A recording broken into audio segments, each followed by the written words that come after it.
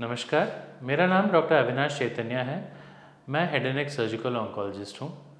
आज मैं आपको थायराइड के कैंसर के बारे में बताऊँगा। उसको हम कैसे डिटेक्ट करते हैं और कैसे ट्रीट करते हैं, उसका प्रोग्नोसिस कैसा होता है, वो मैं आपको बताऊँगा। नॉर्मली थायराइड में स्वेलिंग्स आती हैं, वो थोड़ी उसमें कैंसर वाली होती हैं, थोड़ी कैंसर वाली नहीं होती हैं। ज़्यादातर लेडीज़ में थायराइड के जो स्वेलिंग्स होती हैं वो जनरली कैंसरस नहीं होती, पर उसको हमें इवैल्यूएट करके प्रूव करना होता है कि वो कैंसर नहीं है, एंड उसके हिसाब से हम उसकी ऑपरेशन कर सकते हैं या फिर उसका ऑपरेशन नहीं भी करते। तो इसको हम कैसे प्रूव करते हैं कि इसमें क्या बीमारी है।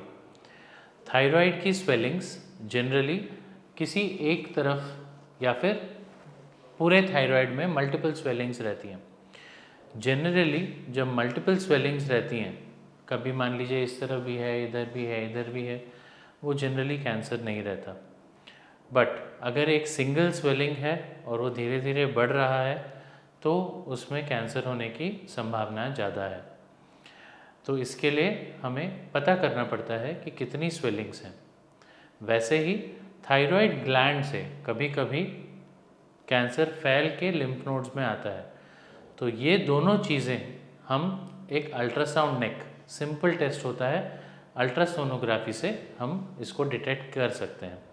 सो अल्ट्रासाउंड ऑफ द नेक ये करने से हमको पता चलता है कि थायराइड में कितनी स्वेलिंग्स हैं, वो स्वेलिंग्स का साइज़ क्या है, उसके साथ कहीं पे थायराइड में कोई और या नेक में और कहीं पे लिम्फ नोड्स हैं या फिर इसका एक्सटेंट कितना है, ब्लड वेसल से कितना दूर है।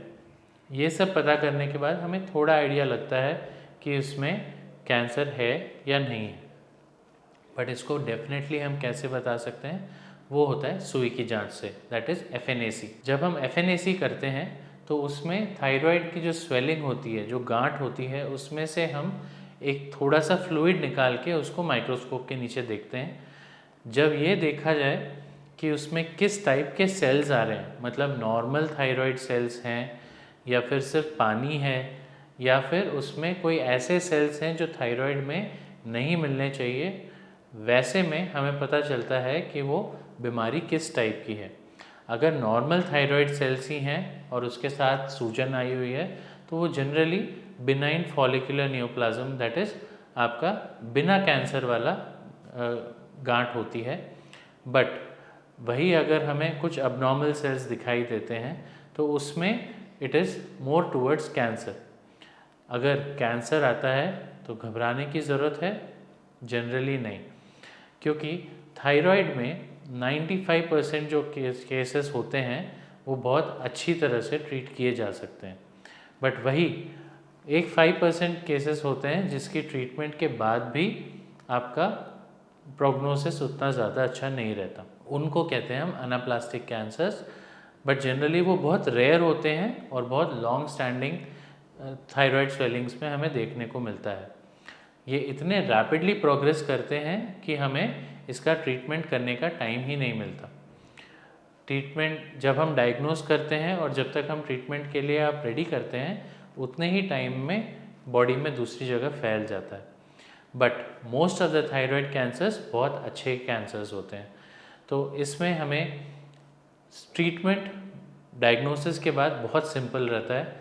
जो गले में जितना भी ट्यूमर है, मान लीजिए सिर्फ थायराइड में है तो सिर्फ थायराइड निकालने से सफिशिएंट रहता है। अगर नोड्स तक फैला है तो नोड्स को भी निकालने की ज़रूरत पड़ती है।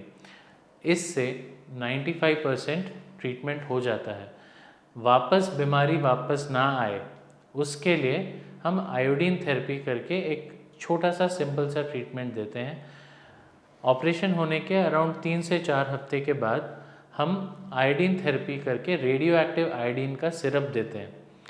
इस सिरप से जो आयोडीन होता है जिसमें हम रेडियो एक्टिविटी देते हैं, वो थायराइड सेल्स को स्पेसिफिकली जाके टारगेट करके उनको मार देता है और आपको डिजीज़ फ्री रखता है। इसके लिए कीमोथेरेपी, रेडियोथेरेपी और ऐसे बड़ी बड़ी ट्रीटमेंट्स की और ज़रूरत नहीं होती। थायराइड की सर्जरी बहुत सिंपल है और थायराइड के एडजुवेंट ट्रीटमेंट जो आयोडीन थेरेपी देते हैं वो भी बिना साइड इफ़ेक्ट्स के हो जाता है। इसके लिए आपको थायराइड कैंसर से घबराने की ज़रूरत नहीं है। जितनी जल्दी हो सके अगर आपके गले में कोई भी गांठ है आके दिखाइएगा, हम आपको ट्रीट कर सकते हैं। Thank you.